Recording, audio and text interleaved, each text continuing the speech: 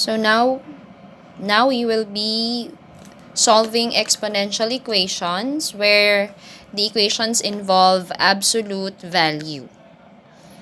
So I have two different equations here. So the first one is the absolute value is only on one side, while the second one, both sides have absolute value. Okay, so let's start with the absolute value of 2 times 3 to the power of x minus 4 is equal to 8. So how do we solve this? So we need to recall chapter 1, which is on solving absolute value functions. So this can be interpreted into equations. The first one is when 2 times 3 to the power of x minus 4 has a value of positive 8. And the second one is when 2 times 3 to the power of x minus 4 has a value of negative 8. Absolute value. And then from here we proceed to solving. So we can simplify this equation now as 2 times 3 to the power of x therefore is equal to 12. Which means 3 to the power of x is 6. While here, 2 times 3 to the power of x is negative 4. So 3 to the power of x here is negative 2. And then, how do we solve these two equations? Again, using logarithms to base 10. So we will have x times the logarithm of 3 to the base 10 is equal to the logarithm of 6 to the base 10. So x here is the logarithm of 6 to the base 10 divided by the logarithm of 3 to base 10.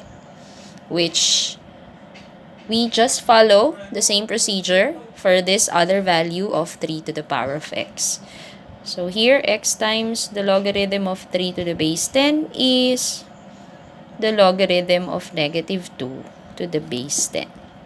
So x is this value.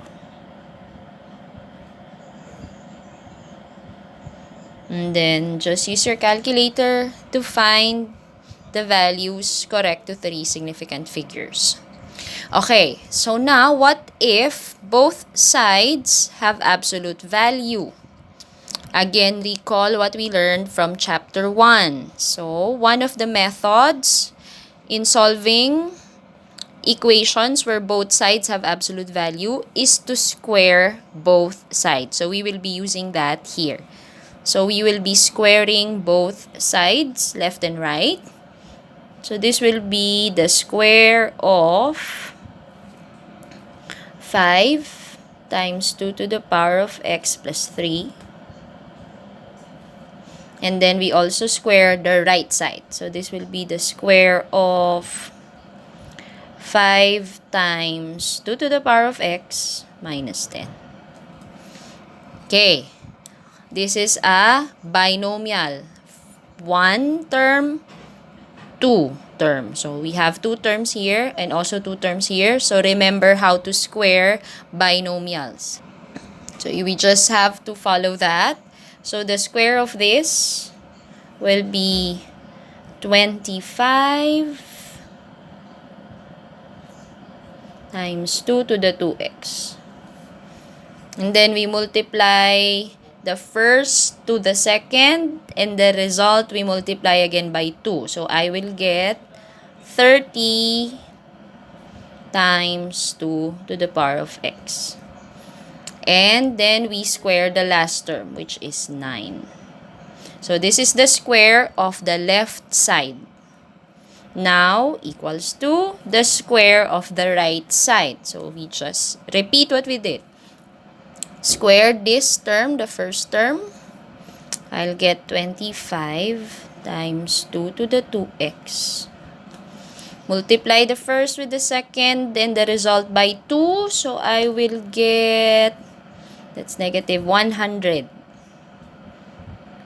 times 2 to the power of x. And finally, square the last term, positive 100. Okay. So now that we have the squares of each side, so we notice here that this is a common term to both sides. So it will become 0. So this will become 0.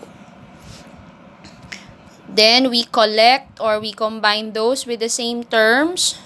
This and this. So we have 130 times 2 to the power of x equal to, the constants will give us 91. Okay. And then we can now simplify this as 2 to the power of x equal to 91 divided by 130. And again, how do we solve equations like this? Using logarithms to base 10.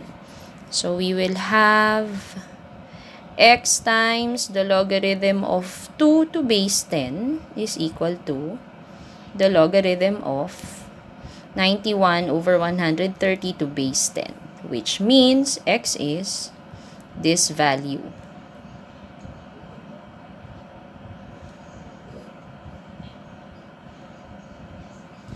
Evaluate using your calculator. Correct to 3 significant figures. So this is how we solve exponential equations that involve absolute value.